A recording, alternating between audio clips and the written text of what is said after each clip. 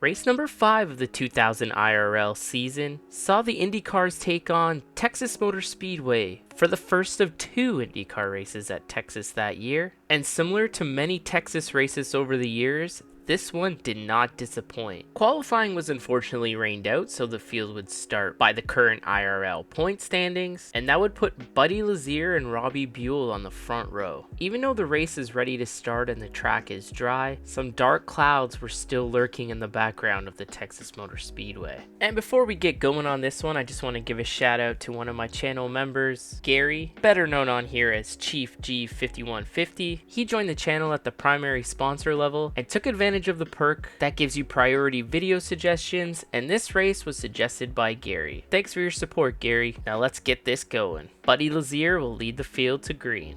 There are 27 contestants facing 208 laps of racing here. That's 500 kilometers. It is a 1.5 mile quad oval here in Fort Worth, and Scott Goodyear is the defending champion.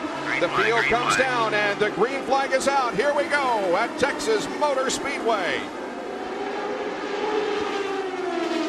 And Scott Goodyear in the yellow Pennzoil Panther makes a nice move, and he races wheel to wheel and now takes the lead down the backstretch from Buddy Lazier. But Lazier draws alongside now at the end of the backstretch and tries to lead that first lap. Here comes Lazier off of the fourth corner, and he's going to lead the first lap of a race since the very first Indy Racing League event in Orlando back in 1996.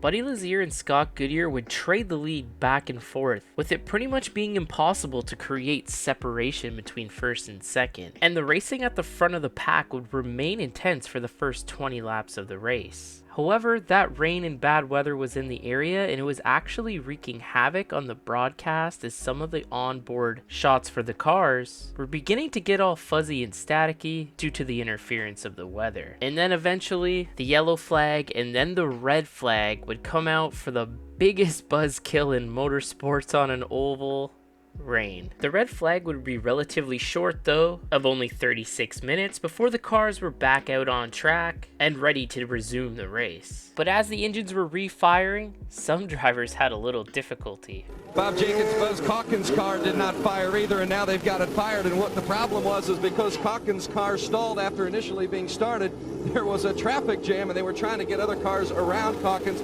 Finally, he has gotten fired up. Ayrton Dare's car has not fired, however, and they're working on it feverishly in the pit lane. Boy, the 19 car of Billy Rowe there at the back of the field. Some smoke seen from that car, Tom. Yeah, there really was. I mean, more than normal. You might see him load up a little bit when they shut him down, and with all the moisture in the air, that could be some of the problem. But that was a little more excessive than I'm sure Billy was hoping for. The race would finally get restarted, and Buddy Lazier would lead the field to the green flag. Here they come, accelerating now through turns number 3 and 4. Well, the track should be dry. It shouldn't be a problem, but it could be a little bit cool because of the rain, and we'll just see how that affects these guys. Here we go. Green flag is out once again. Scott Goodyear and Scott Sharp side by side as they head for turn number 1. Lazier takes off down the backstretch and separates himself by about 4 car lengths, and Eliseo Salazar wants to make a move on Dismore for second. Oh, they're wheel to wheel once again through the corner, and Eliseo grabs second spot. Well, Dismore gave him a little bit of room. It's way too early to be boxing that hard in that side of the ring, Bob. And now the Kelly cars run side by side, but Scott Sharp takes over the third position from Mark Dismore. As you can see here, the restarts are pretty intense, as this is a great opportunity to try to get a jump on the guy in front of you and gain as many spots as possible while the field is still bunched up. For the next several laps, Eliseo Salazar and Buddy Lazier would trade the lead back and forth, with Scott Sharp and Mark Dismore right behind them within striking distance. As the IRL series was able to slow these cars down to just over the 200-mile-an-hour mark for obvious safety concerns, as we all know what happened in 2001 when the kart series tried to race at Texas with the extreme speeds. But with the speeds that the IRL cars were going here, it made it extremely difficult to break away and almost created pack-style racing that would only see the field start to stretch out once the run went on and tire wear became a factor, as well as handling in dirty air behind another car. But as long as you remained in the draft of the car in front of you, it'd be incredibly difficult for the car in front to pull away. The second caution of the race would come out on lap 61 when Billy Rowe, whose car was smoking when the cars refired from the red flag, his engine finally expired with a puff of smoke out the rear, slowing down on the track, bringing an end to his day. All the leaders would come down pit road here for 4 tires and fuel, with Buddy Lazier getting off pit road first, and he would be in the lead of the race. Robbie Buell would end up having a disastrous pit stop as the left front tire was not tight on that car and would end up coming off. They never showed a replay or anything, but you could see just how stiff the suspension and chassis is in these cars, as that left front did not hit the ground at all with that missing wheel, and he would just simply come in and they would put a tire on and he would be good to go. Buddy Lazier would lead the field back to the green flag. However, 2 lapped cars would be in front of him on this restart, both of them not coming to the pits under this yellow. However, both drivers are multiple laps down. One is Davey Hamilton and the other is Sam Hornish Jr., just hoping to stay in front of the leader and get some of their laps back. As the green comes out and the race resumes, Lazier, Unser, Salazar, Ward, Goodyear, Cheever, Dismore, Sharp, Schrader, and Gregoire are the top 10, and Lazier is going to make quick work of the 2 slower cars. He's already passed Hornish and now also passes Davey Hamilton. Well, you'll remember though, Hornish in the second spot there was running with the lead pack before he had some electrical problems that caused him that pit time. Now the battle is for second spot as Eliseo Salazar and Al Unser battle it out. That's Jeff Ward up on the high side of Davey Hamilton. There's Ward in 4th, about a 2.25 behind.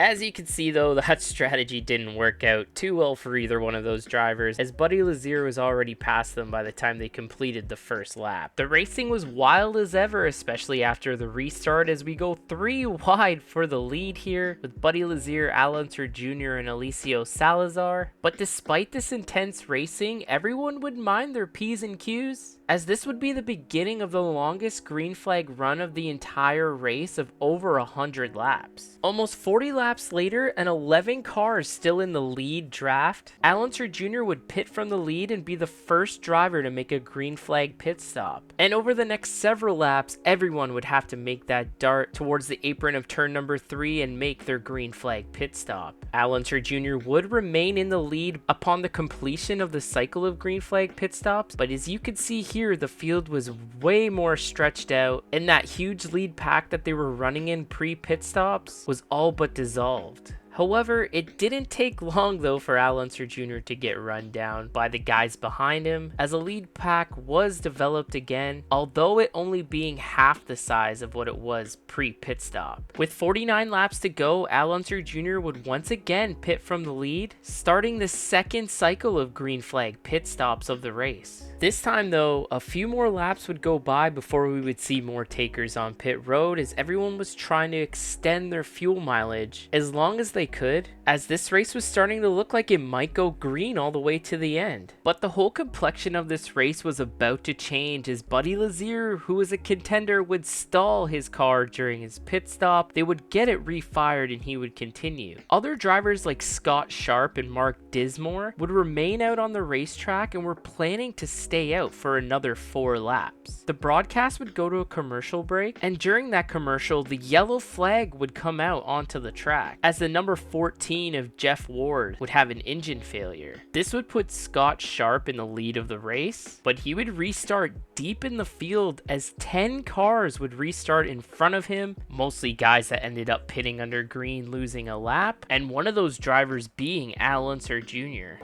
Back at Texas Motor Speedway, getting ready for a restart. Scott Sharp and Mark Dismore are first and second, but they are way back here in the middle of the field. In fact, 10 cars are ahead of those 2. Calkins is third, followed by McGee.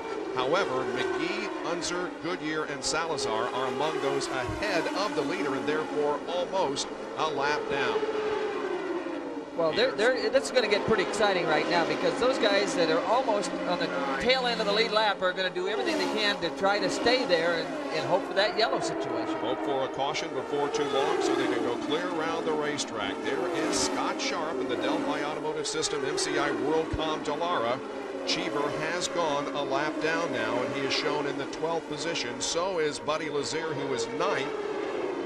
Shigeaki Hattori is having a good race. He is in the 8th position, and he was penalized for a speed limit on violation on pit road, but still has battled back to an 8th position.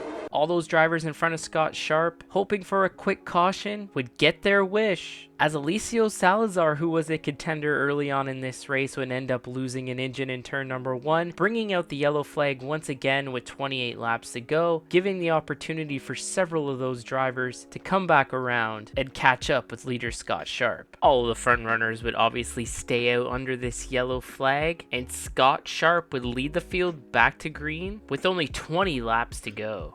Buzz Calkins, that is Hattori, who is running in the 7th position. He's had a good run here today. Calkins now clears him and sets his sights on the leader of the race, but Greg Ray is between the first and second place drivers. There is Ray right behind Scott Sharp. Well, that actually might help Sharp. Ray might be able to help those two run a little quicker. Ray will get a lap down, but he's going to be a big asset right now. And there's Robbie McGee, who takes over the 3rd position from Mark Dismore. So Robbie McGee may be a factor here before this thing is all over. He's had a great run all afternoon long in the Mall.com car.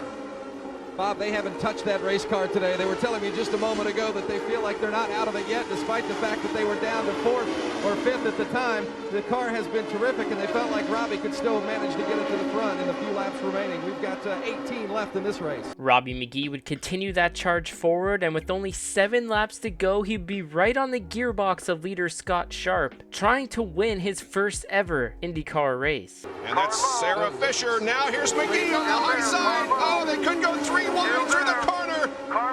Oh, they're wheel to wheel. Wow. In the corner. Nice job. McGee has got him.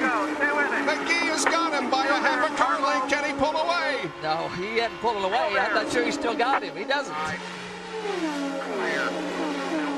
Robbie McGee's best finish, 5th at Indy in '99.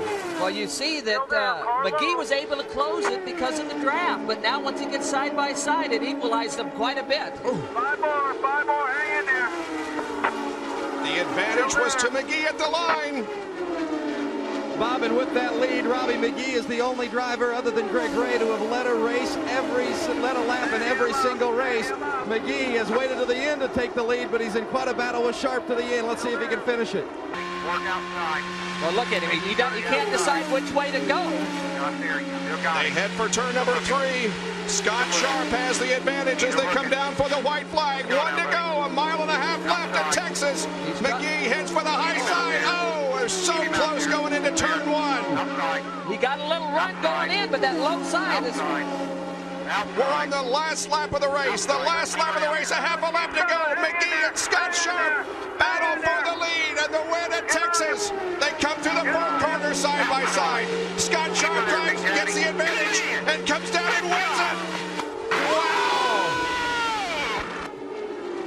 Scott Sharp has become the winningest driver in Indy Racing Northern Lights Series history. His 5th career win, breaking the tie with himself, Ari Luyendyk, and Kenny Breck. What an incredible finish. Texas Motor Speedway and IndyCar just never disappoints, especially in the early IRL days at Texas Motor Speedway. There was a lot of classics with amazing finishes and guys getting their first win, sometimes their only win, at the track, as Scott Sharp would take the victory and take the sole possession of most wins in the Indy Racing League up until this point. And Robbie McGee would have to settle for second, and this would be his best ever IndyCar finish. And unfortunately, he would never win an IndyCar race. That's gonna wrap up today's video. Thank you guys so much for tuning in. I really appreciate it. I hope you enjoyed this one, and make sure to hit that subscribe button if you like classic IndyCar content. If there's a race that I haven't done yet that you would really like to see me do, consider becoming a member of the channel, and I'll do my best to bring that video to life. That's all for now.